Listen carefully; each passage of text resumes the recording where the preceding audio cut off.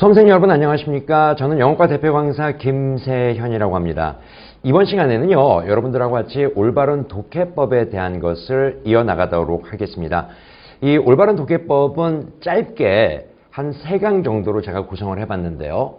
이번 강의에서는 뭘 할 거냐면은 올바른 독해법에 대한 개요를 한번 여러분들에게 설명을 할 거고요. 그 다음에 다음 강의에는 그 올바른 독해법을 가지고 짧은 지문을 놓고 각 항목별로 내용 설명을 좀 이어나가도록 할게요. 그리고 마지막 3번째 강의에서는 전체 지문을 놓고 독해는 어떻게 가야 되는가 그 방향성을 한번 제시해 보도록 하겠습니다. 자, 첫 번째 화면에요. 유닛 1 올바른 독해법 이렇게 타이틀이 지금 나와 있는데 여기 밑에 보시면은요. Connecting Reading이라는 표현이 나와 있을 거예요. 그리고 바로 옆에 by David Noonan 이건 사람 이름입니다. 이 사람에 의한 올바른 독해법에 대한 것을 여러분들에게 제시를 하려고 하는데 저는 참 운 좋게도요. 미국에서 공부할 수 있는 기회가 있었습니다. 제가 미국에 한 5년 정도 있었거든요.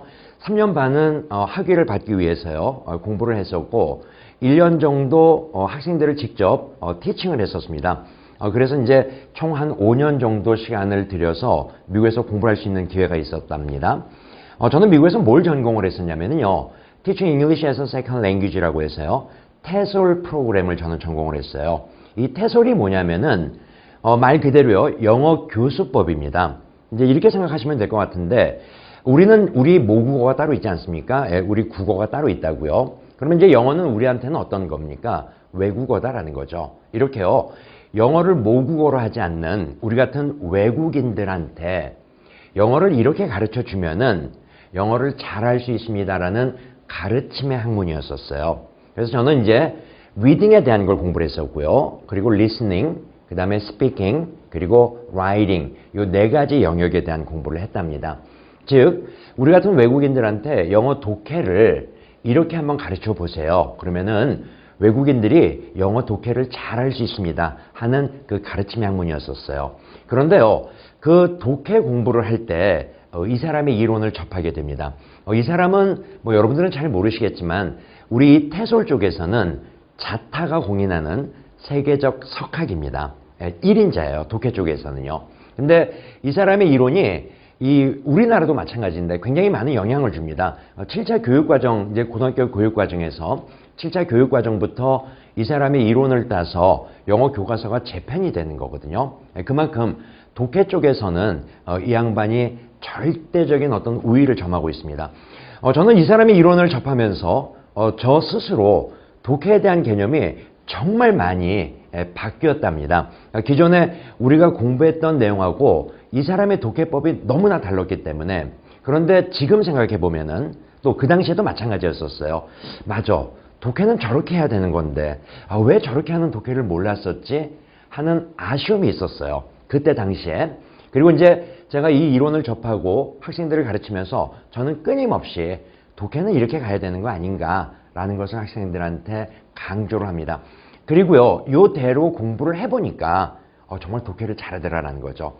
이 말은 여러분들도 마찬가지입니다. 이 짧은 시간이지만 이 강의를 통해서 여러분들의 독해 법이 좀 바뀌고 새로운 독해 패러다임이 만들어지고 그걸 토대로 해서 정말 이번 공무원 시험 제대로 독해 점수 나왔구나. 아마 여러분들이 스스로 판단의 어떤 근거가 만들어지지 않을까라는 생각이 들거든요. 이제부터 이제 이 사람의 이론에 대한 거를 하나하나씩 여러분들에게 좀 제시를 해보도록 하겠습니다. 이 사람이 제일 먼저 주장했던 게 있었어요. 도대체 독해라는 게 뭐냐? 그 독해라는 기본 개념을 가지고 이 사람이 독해에 대한 방향을 제시하던데 그 독해라는 개념에 대한 것부터 한번 얘기를 해봐야 될 것 같습니다. 여러분들 이 독해라는 개념이 뭐냐라고 얘기를 할 때요. 우리는 뭐 다 일상이 그렇습니다. 독해요. 영어 문장을 읽어요. 읽을 독이고요. 영어 문장을 읽고요. 그 다음에요. 풀해인데 요 해를 우리는 어떤 관점에서 받아들이냐면은 요 관점에서 받아들인다라는 거예요. 맞죠? 그래서 아마 여러분들 영어 문장을 읽을 때 제일 먼저 하는 게 영어로 된 내용을 우리말로 번역을 하지 않습니까? 그 번역에 대한 개념이 바로 해석이다라는 거죠. 틀림없죠? 아마 모든 영어 선생님들도 우리를 그렇게 가르쳐 왔다라는 거죠. 영어 문장을 쭉 읽어주시고 그리고 그 문장을 우리말로 말풀이를 해주신다라는 거예요. 물론 그 과정에서 뭐 이 단어는 어떤 뜻이고 여기는 어떤 문법적 요소가 숨겨져 있고 여러 가지 항목들을 이야기를 해주십니다. 하지만 그 틀에서 벗어나진 않았다라는 거죠. 즉 영어로 된 내용을 우리말로 그냥 translation, 번역을 해주셨다라는 겁니다. 그러니까 거기에 익숙해 있는 우리들도 마찬가지죠. 영어는 늘 그렇게 접근을 하는 거다라고 판단을 했다는 거죠. 그런데요, 이 데이빗 누네는 여기에서 한 단계를 뛰어넘어야지 독해다라고 얘기를 합니다. 그 한 단계 뛰어넘음이 바로 이 부분이었었던 것 같아요. 독해는 해석을 우리말 말바꾸기를 잘하는 게 아니라 아니요, 이게 굉장히 중요한 요소예요. 외국인의 입장에서는 이 부분이 반드시 필요하다는 거죠. 그런데 여기에만 국한되어 있지 말고 여기에서만 여러분들이 머물러 있으면 안 된다. 뭐가 필요하다? 요 우리말 말바꾸기를 뛰어넘어 보자라는 거예요. 어떻게 뛰어넘어 보자? 이쪽으로 와야 된다는 겁니다. 이해를 잘해야 된다는 개념으로 제시를 한다는 거죠. 그래서 여러분들 요 이해라는 항목을 항상 우리 마음속에 두고 있어야 될 것 같아요. 그러니까 영어로 된 내용을 읽고 우리는 뭘 해야 된다? 이해해야 된다는 거죠. 아, 지금 작가가 우리한테 어떤 메시지를 줬구나. 그 메시지를 여러분들이 받아야 된다는 거거든. 이게 바로 이 사람이 얘기하는 독해법 제일 첫 번째 항목이었다라는 겁니다. 독해는 뭐가 돼야 된다라고요? 고개가 끄덕여져야 된다는 거예요.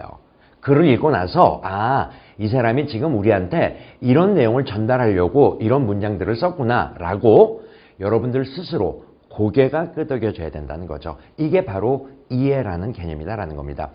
혹시 여러분들 이런 표현 들어보셨는지 모르겠어요. LC라는 말 들어보셨나요? 우리 듣기 평가할 때 LC라는 말이요. 여기서 RC라는 말도 나옵니다. 요거는 뭔지 아시죠? reading이라는 개념인데 요 C가 뭐냐라는 거예요. 이게 어디에서 나온 말이냐라는 건데 요 C는 바로 여기서 나온 단어고요. comprehension이라는 단어요. 요 comprehension이라는 단어는 우리말로 말 바꾸게 하면은 이해라는 단어예요. 이해라는 항목입니다. 여러분들 LC, RC 요 표현을 처음 만든 사람이 바로 이 데이빗 누넨이라는 사람이에요. 그래서 reading comprehension 또요 listening comprehension 요 comprehension이라는 표현을 쓴 사람이 바로 데이빗 누넨입니다. 이 사람은 글은 읽고 나서 뭐가 돼야 된다? 그렇죠. 철저하게 이해가 돼야 된다는 거. 듣기도 마찬가지다라는 거죠. 듣고 뭐가 돼야 된다? 이해가 돼야 된다. 여기에 포커스를 맞춰야 된다. 이게 진정한 독해다라고 얘기를 합니다. 그래서 독해라는 말은 영어로 된 내용을 읽을 독, 읽고 나서요. 뭐 해야 된다? 이해해야 된다라는 거죠. 여기서 이제 독해는 첫 번째 스타트가 시작이 된다라는 겁니다.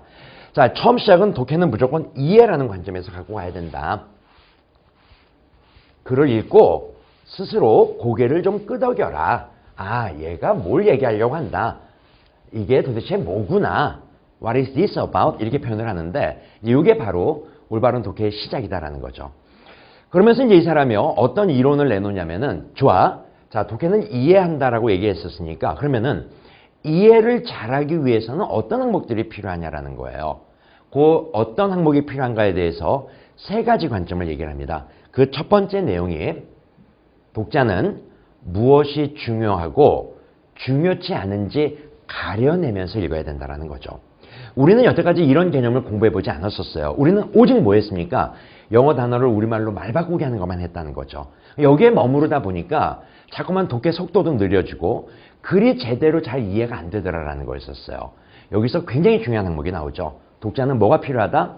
글을 읽으면서 좋아, 우리말 말 바꾸게 하면서 요거는 중요한 정보, 얘는 중요치 않은 정보, 이 부분을 뭐 해야 된다? 가려내야 된다라는 겁니다. 이게 바로 이 사람이 첫 번째 얘기하는 이해의 첫 번째 과정. 이걸 이 사람이 이제 학문적으로 어떤 표현을 쓰냐면은 concentration이라는 표현을 써요. 여기 이제 우리말로 하면은 집중의 과정을 거쳐야 된다는 거죠. 그러니까 집중이라는 개념이 이제 내가 영어를 읽어야 되는 거니까 집중해야지. 이게 아니다라는 겁니다. 이 사람이 얘기하는 이 comprehension, 이해의 첫 번째 과정, concentration은 뭐다? 중요한 정보, 중요치 않은 거를 가려내야 된다는 거죠. 다음 강의는요, 이 부분에 대한 내용을 제가 예문을 들어서 여러분들에게 설명을 할 겁니다. 정말로 독해가 이렇게 가야 되는 거 아닌가? 명확한 그 방향성을 제시해 드릴게요. 그리고 여러분들 이 짧은 강의지만 이 강의를 통해서 정말 독해의 어떤 새로운 패러다임을 좀 만들고, 아, 독해 저렇게 가야 되겠다. 아, 저런 식으로 가야지 이게 진짜 독해다라는 확실한 개념을 좀 이렇게 정립해 줬으면 좋겠다는 생각이 드네요. 자, 이걸 제가요, 좀 더 쉽게 우리말로 한번 풀어볼게요. 아주 간단한 퀴즈 하나를 내보겠습니다. 어떤 퀴즈냐면은 제가 우리말로요, 그냥 한 문장을 쭉 읽어 드릴게요. 여러분들이 뭘 해주면 되냐면은, 자, 집중해서요, 요 내용을 듣고 바로요, 토시 하나 안 틀리고 요 문장을 그대로 따라 읽을 수 있겠느냐라는 게 퀴즈예요. 사실 제가 현장 수업에서는 이 퀴즈를 내면서 학생들에게 문화상품권을 좀 겁니다. 근데 안타깝게도요, 여태까지 그 문상을 받은 학생은 단 한 명도 없다는 거죠. 즉, 이 말은 안 된다는 걸 전제로 하는 건데, 그럼에도 불구하고 한번 여러분들 도전해 봤으면 좋겠습니다. 자, 시작 한번 해볼게요. 제가 한 문장을 그냥 우리말로 쭉 읽어 드릴 겁니다. 들으시고 토시 하나 안 틀리고 이 문장을 그대로 한번 따라 읽어 보십시오. 시작할게요. 미국에서 공부를 마치고 돌아온 잘생기고 유능한 학원 강사 김세현은 눈 내리는 겨울밤에 분위기 좋은 카페에서 당대 최고의 엔터테이너, 노래면 노래, 춤이면 춤, 너무도 유명한 설현과 키스했다. 자, 한번 따라해 보시죠. 토시 하나 안 틀리고요. 첫 번째 기억나십니까? 제가 미국에서 이렇게 시작을 했었거든요. 한번 해보세요. 한번 해보세요. 자, 미국에서 뭐가 있었더라? 안 잡힐 거예요, 여러분들. 이걸 어떻게 토시 하나 안 틀리고 따라 읽냐라는 거예요. 불가능하다라는 거죠. 그런데 분명히요, 저는 여러분들에게 분명한 메시지를 던졌다라는 거죠. 근데 여러분들은 어때요? 토시 하나 안 틀리고 따라 읽지는 못해도 뭐 했다라고요? 내가 던지는 분명한 메시지는 받았다라는 거죠. 어때요? 지금 여러분들은 우리 글이니까 신경 안 쓰고 쭉 들으면서 사실은 핵심 내용에 집중하고 있었다라는 거죠. 제가 여러분들에게 낸 퀴즈 딱 세 단어에 집중하시면 돼요. 누가? 그렇죠. 김세현이. 누구하고요? 설현하고. 뭐 했다? 그렇네요. 키스했다. 어때요? 미국에서 공부를 마치고 돌아온 잘생기고 유능한, 이게 다 뭔데요? 중요치 않은 정보다라는 거죠. 독해 이렇게 해야 되는 거 아닐까요? 우리는 여태까지 어떻게 했습니까? 미국에서 묵고 공부를 마치고 돌아온 얘가 뭘 꾸며주고 이런 것들을 공부해야 한다는 거예요. 아니요. 그 공부가 절대로 중요치 않다는 거 아닙니다. 그 공부 하셔야죠. 저도 그 공부 시킵니다. 학생들한테요. 그런데 독해는 거기서 국한되어 있으면 안 된다는 거죠. 거기서 분명히 한 단계를 뛰어넘을 수 있어야 된다는 거거든요. 참 중요한 내용이에요. 즉 김세현이 설현하고 키스했다. 물론 예문이 좀 그지 같습니다만은 이 정보를 끌어내는 것, 이 과정이 바로 뭐다? concentration, 집중의 과정이다. 즉 글을 읽는 독자는 무엇이 중요하고 중요치 않은지를 가려내야 된다는 거죠. 저는 수업 시간에 끊임없이 학생들한테요, 이 부분을 강조합니다. 그래서 어떤 학생들은 저한테 그런 불만을 얘기를 해요. 선생님 독해 시간에는 왜 해석을 안 해주십니까? 라고요. 물론 해석해 주죠. 하지만 중요치 않은 정보들을 버리는 연습을 해야 된다는 거고, 중요한 정보를 여러분들이 파악하는 그 내용이 진짜 독해다라는 거거든요. 저는 그 수업을 시킵니다. 학생들한테요. 그런데요, 처음에는 굉장히 어색해 하다가 이게 한 달, 두 달 지나가다 보니까 이제 이 독해법이 몸에 배이기 시작하는 거예요. 그러면서 저한테 이렇게 얘기를 하더라고요. 선생님, 독해가요, 좀 말랑말랑해지는 느낌이 와요. 라고 얘기를 해요. 말랑말랑해진다는 느낌의 그 한 축의 의미를 저는 알겠더라고요. 독해가 그만큼 소홀해지고 있다는 거죠. 앞으로 독해는 이렇게 해주십시오. 라는 거예요. 이게 바로 포인트다라는 겁니다. 자, 읽는 독자는 뭐가 필요하다? 무엇이 중요하고 중요치 않은지를 가려낼 수 있어야 된다는 거 꼭 기억해 두셔야 될 것 같습니다. 이게 데이빗 누넨이 얘기하는 이해 과정의 첫 번째 단계, concentration. 이걸 하다 보니까 자연스럽게 뭐가 되더라? 글이 요약이 되더라까지 연결이 되어 있는 거예요. 이해하실 수 있겠습니까? 김세현, 설현, 키스했다. 이걸 끌어내는 게 독해의 첫 번째 단계다라는 거죠. 자, 이제 두 번째 단계에 대한 걸 얘기를 좀 해보도록 하겠습니다. 자, 이 사람이요, 이렇게 이제 concentration, 집중을 해야 하는 게 독해의 첫 번째 단계인데, 이 집중의 과정에 문제가 좀 생기더라라는 거였었어요. 어떤 문제가 생기냐면은 글을 읽다 보면은 외국인이니까 글을 읽다 보면은 분명히 중간중간에 모르는 내용들이 나온다라는 거죠. 그 모름이 여러 가지 요소가 있을 수 있을 것 같아요. 뭐 저는 이렇게도 학생들한테 얘기를 합니다. 여러분들 왜 독해가 잘 안 되시죠? 독해가 안 되는 이유가 뭡니까? 한번 근본적으로 여러분들 스스로 나는 왜 독해가 잘 안 될까 분석해 보셨습니까? 라고 얘기들을 해요.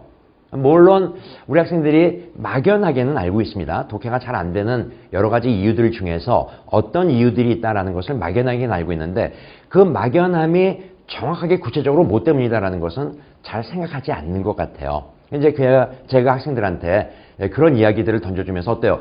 여러분들 저랑 같이 공감하실 수 있나요? 라고요. 독해가 안 되는 제일 첫 번째 이유는 저는 딱 이겁니다. 외국어니까 어휘를 모르면 독해가 안 되는 거죠. 맞죠? 틀림없는 사실 아닐까요? 예. 어휘를 모르면 독해가 잘 안 된다. 제가요 아주 간단한 예를 한번 여러분들에게 제시를 한번 해볼게요. This machine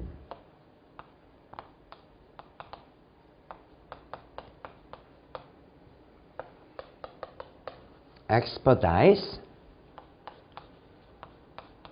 the delivery system. 여기까지죠. 어때요? 지금 하나, 둘, 셋, 넷, 다섯, 여섯 개의 단어로 한 문장이 구성이 되어 있습니다. 질문 한번 해볼게요. This machine 단어 다 아시죠? 그런데 어때요? 요 단어가 잘 안 잡히시죠? 제 말 맞죠, 여러분들? 요 단어가 안 잡힙니다. 그리고요, 그 다음 문장으로 넘어가면서요. The delivery system까지요. 뭐 delivery라는 단어예요. 여러분들이 잘 알고 있는 단어. 배달 시스템을 얘기하는 겁니다. 그럼 보세요. 이 기계 배달 시스템. 뭐래? 어때요? 6개 중에서 5단어는 다 알고 있단 말이죠. 그런데 요 단어 하나 지금 안 잡히죠? 이 문장이 해석이 되시겠습니까? 해석 불가죠. 이 문장이 이해되시겠습니까? 이해 불가죠. 제 말 맞죠? 바로 뭐 때문에요? 어휘 때문에 독해는 안 된다라는 거죠. 그래서 여러분들 어휘 공부 많이 하셔야 돼요. 이제 제 교재 뭐 지금 갖고 있는 학생도 있을 거고 교재가 없는 학생도 있을 텐데요. 제 교재는 어휘가 다른 교재랑은 좀 다릅니다. 저는 공무원 학생들 그 수업하면서 의외로요. 기본적인 어휘 잘 안 되는 학생들을 의외로 저는 많이 봤었어요. 그런데 공무원 영어 제가 앞에도 얘기했던 것처럼 어휘가 만만치가 않지 않습니까? 근데 정말 쉬운 단어가 정리가 안 돼 있는 상태에서 어려운 어휘들을 외우기 시작하니까 학생들이 너무나 쉽게요. 질리더라는 거예요. 그래서 제대로 영어 공부가 효과적으로 이루어지지 않더라는 겁니다. 그래서 저는 교재 어휘편 보시면은 어휘 교재 3권 나와 있습니다. 기본 어휘, 그 다음 단계 심화 어휘, 그 다음에 고급 어휘 이렇게 3단계로 나누었거든요. 그래서 종합반 수업하면서 또 아침 하프 하면서 제가 이제 하프 같은 경우에는 매일같이 단어장을 예습 단어장을 나눠준다고요.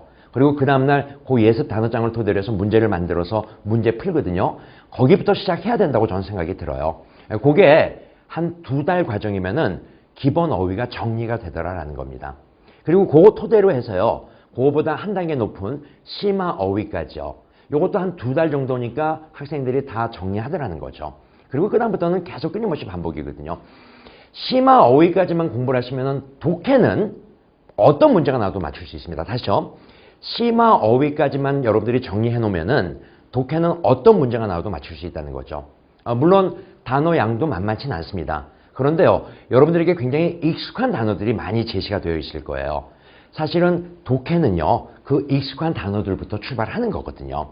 이렇게 예외적이고 이건 뭐 어려운 단어는 사실은 아닙니다만은 expedite이라는 단어가 어려운 단어는 아니지만 이런 예외적이고 어려운 단어들이 많이 독해 지문에서는 제시가 되지 않습니다. 그리고 그 어휘들이 독해의 글을 읽는데 큰 장애가 되지도 않아요. 저는 이건 분명하게 얘기를 합니다. 그런데요, 그럼에도 불구하고 기본적인 어휘들을 모르면 독해는 안 되는 거다라는 거죠. 그래서 독해가 안 되는 첫 번째 이유는 뭐 때문이다? 어휘가 잘 안 돼 있기 때문이다라는 거죠. 두 번째 독해가 안 되는 이유가 있어요. 문법, 구문적 개념이 안 잡히면 독해가 또 어려워질 수 있다는 거죠. 그런데 이 문법이나 구문은 학자들은 그렇게 얘기합니다. 전체 영어 영역 독해 중에서 문법이나 구문이 차지하는 비중이 한 20% 정도밖에 안 돼요. 사실은 독해에 필요한 문법 구문은 그렇게 심대하게 복잡하지 않다는 겁니다. 문법을 위한 문법 문제는 굉장히 어려울 수 있지만 독해에 필요한 문법은 그렇게 많지 않거든요. 이것도 충분히요. 우리 기본 과정 거치면서 해결할 수 있는 부분이더라고요. 정말 독해가 안 되는 것은 어휘 때문인 것 같아요. 어휘 공부는 많이 해주셔야 될 것 같습니다. 자, 문제는요. 또 하나의 독해가 안 되는 거는 이제 나중에 얘기하도록 하고요. 또 하나가 있긴 있습니다. 독해가 안 되는 또 하나의 이유가 있는데 나중에 얘기할 수 있는 기회가 있을 거고요. 가장 시급한 거는 어휘다라는 거죠.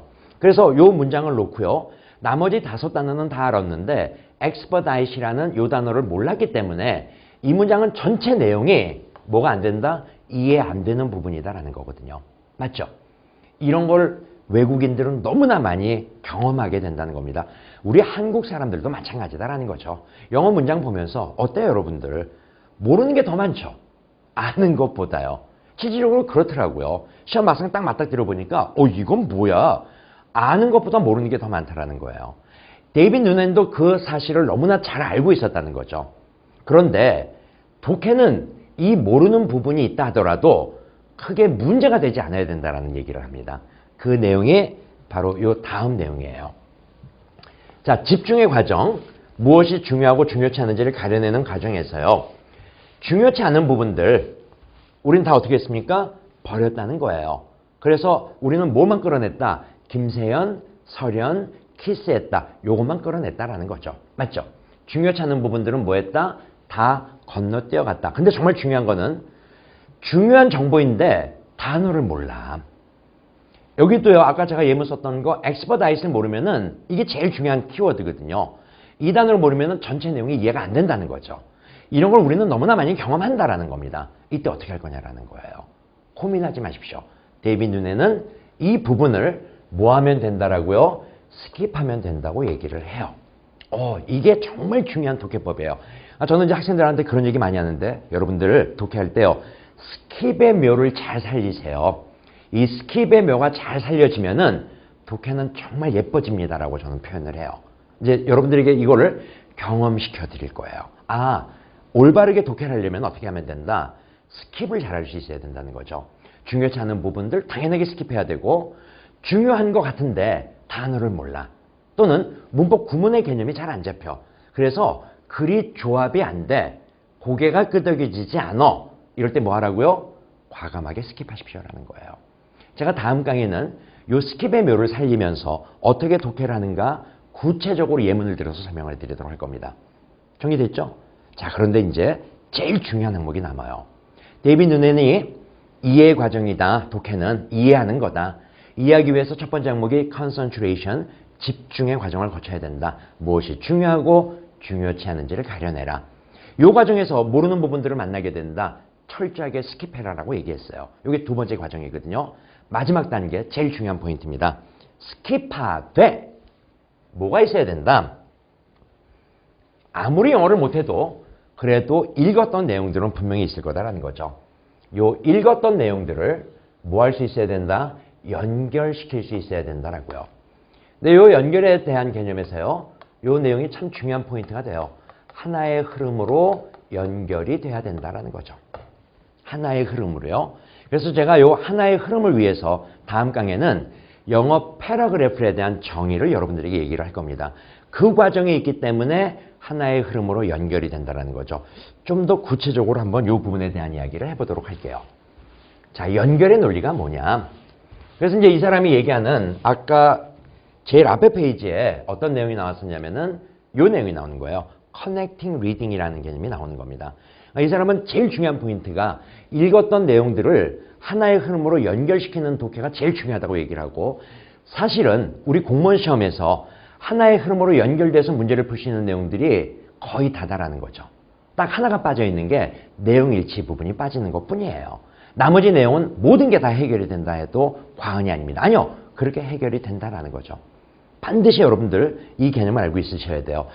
자, 지금 이 강의를 듣고 있는 학생들 혹시라도요. 이제 이 부분에 대한 내용이 대충 이제 잡혔다.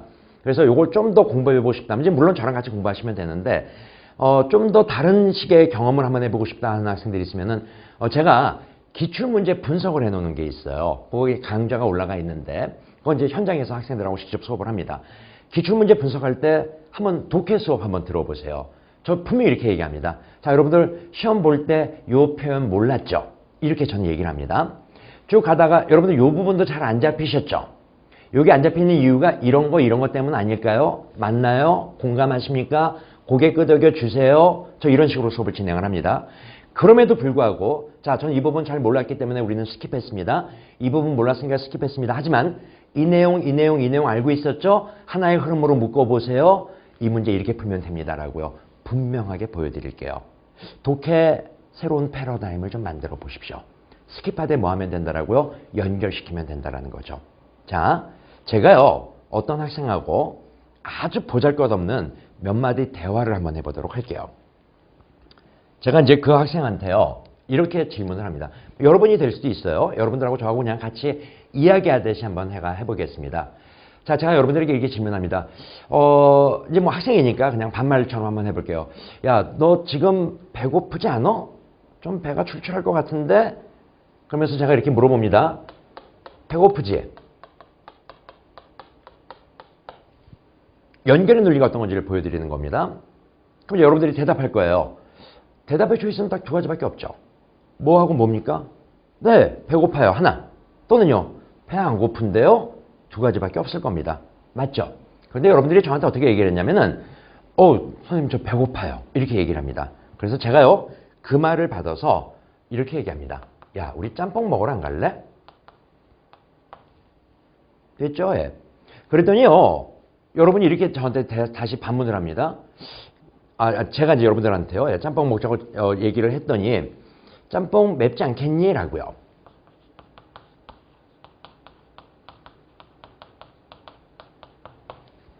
됐죠? 예. 그랬더니 여러분들이요, 입을 삐죽삐죽 하면서요, 그럼 선생님은 짜장면 드세요. 이렇게요. 원래 옛날에는 자장면이었었어요. 근데 지금은 이제 짜장면도 된다고 합니다. 5천만의 짜장면이 그냥 짜장면이죠. 어떻게 자장면입니까? 이게 또 좀 웃긴 것 같아요. 어쨌든 자, 잘 들으세요. 정말 보잘것없는 이야기입니다. 맞죠? 그런데요, 우리는 분명히요 하나의 흐름이 있었다는 거죠. 이제 그걸 좀 더 구체적으로 하나의 타픽을 갖고 얘기했다는 겁니다. 지금 우리들은 무슨 얘기하고 있는 거죠? 먹는 거 얘기하고 있는 거 맞죠? 맞죠? 예. 근데 한번 생각해 보세요. 어떤 여학생이 있었어요. 제가 그 여학생한테 이렇게 얘기합니다. 우리 여학생 지금 배고파? 그랬더니요, 우리 여학생이요. 예, 선생님 저 배고파요. 짬뽕 먹으러 가요. 이렇게 얘기를 하면은 우리들은 지금 대화가 되고 있는 거죠. 근데 갑자기 우리 여학생이 저한테요, 뜬금없이 야, 배고프지 않니? 물어봤더니요. 선생님, 저랑 결혼하실래요? 이렇게 얘기를 합니다. 그 여학생 사이코예요. 맞죠? 적어도 어떤 질문에 대한 대답?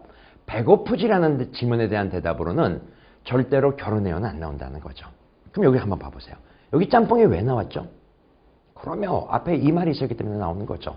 배고프지라는 말이 있었기 때문에 그 말에 연결돼서 짬뽕이 나오는 거다라는 거죠. 요 다음에 뭐가 나왔습니까? 맵지 않겠니 나왔죠? 이 문장 왜 나왔습니까? 그러면 짬뽕이 전제되었기 때문에 이 문장이 나온다는 겁니다. 맞죠? 만약에 탕수육 먹으러 가요. 할 때 맵지 않겠니 나올 수 있나요? 절대로 나올 수 없다는 거죠. 맵지 않겠니가 있었기 때문에 그 다음에 뭐가 나오는 겁니까? 짜장면이 나오는 거죠. 이게 바로 뭔데요? 연결의 논리다라는 거예요. 근데 우리 학생들은 어떻습니까? 전 너무나 많이 보고 있어요. 무슨 시험 볼 때 보면 전사 같아요. 막 해요. 이런 것도 합니다. 이런 것도 하고요. 이런 거 막 해요. 미친 듯이 글을 읽어요. 경험하세요. 예. 공감하셔야 돼요. 여러분들의 경험을 토대로 해서 저랑 같이 공감하셔야 됩니다. 여러분들도 이렇게 글 읽지 않나요? 자, 어떤 영어 시험 문제가 나왔어요. 첫 번째 문장 이런 식으로 미친 듯이 읽어갑니다. 정말 중요한 정보를 얻었는데도 불구하고 다음 문장 딱 넘어갈 때요. 짬뽕 넘어갈 때 배고프지라는 정보 머릿속에서 사라지더라라는 거예요. 그리고 다시 새로운 문장에 대한 느낌. 어떻게 하면 이 짬뽕을 우리말로 해석할 건가? 여기에만 급급해한다라는 거죠. 그렇게 글을 다 읽으니 제가 이렇게 질문합니다. 어때? 글 다 읽었어? 예, 저 다 읽었어요. 그래, 그럼 나 좀 봐봐봐. 뭐 읽었니? 대답을 못하는 거예요. 왜요? 글이 전혀 연결되지 않았기 때문에요. 글을 제대로 연결시켰다면 이렇게 얘기하겠죠. 뭐 읽었니? 우리 지금 먹는 거 얘기했잖아요. 뭐 짬뽕도 나왔고요. 짜장면도 나왔고요. 매우니까 이런 거 먹자고요. 정말 이야기할 게 많은데 이야기를 못하더라라는 거죠. 이건 여러분들 너무나 많이 경험하는 부분 중에 하나일 거다라는 거예요. 이 독해 빨리 벗어나야 된다는 거죠.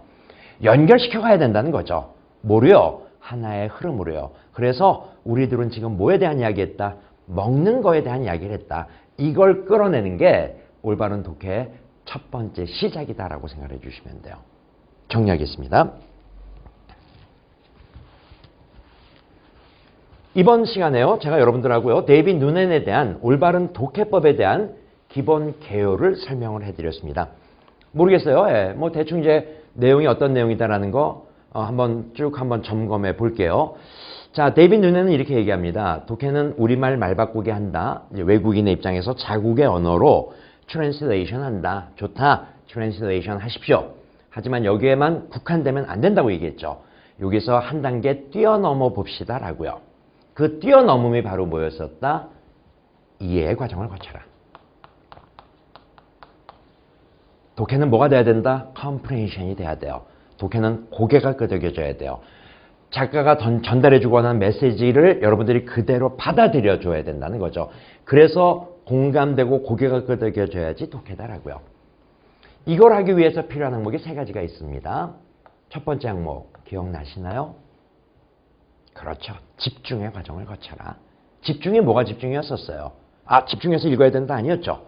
집중은 무엇이 중요하고 중요치 않은지를 가려낼 수 있는 능력. 처음에는 잘 안 돼요. 제가 도와드릴 겁니다. 김세현, 설현, 키스했다. 이 정보를 끌어내는 개념. 그런데요. 이 정보를 끌어내는 과정에서 분명히 모르는 부분들이 나온다. 그 모르는 부분들을 어떻게 해야 된다? 그렇죠. 철저하게 스킵하십시오. 단 스킵하되 뭐가 필요하다? 읽었던 내용들을 하나의 흐름으로 그렇죠. 연결시킬 수 있어야 된다. 이게 데이빗 누넨이 얘기하는 가장 기본적인 올바른 독해법이랍니다. 자, 이제 이 내용을 토대로 해서요. 다음 강의는 뭐 할 거냐면은 예문을 놓고요. 이 항목에 대한 것을 구체화시켜 볼 거고 여기에 영어의 본질에 대한 개념 두 가지를 덧붙여 보도록 할게요. 다음 시간에 계속 이어나가도록 하겠습니다. 이번 강의는 여기서 마치도록 할게요. 수고 많이 하셨습니다.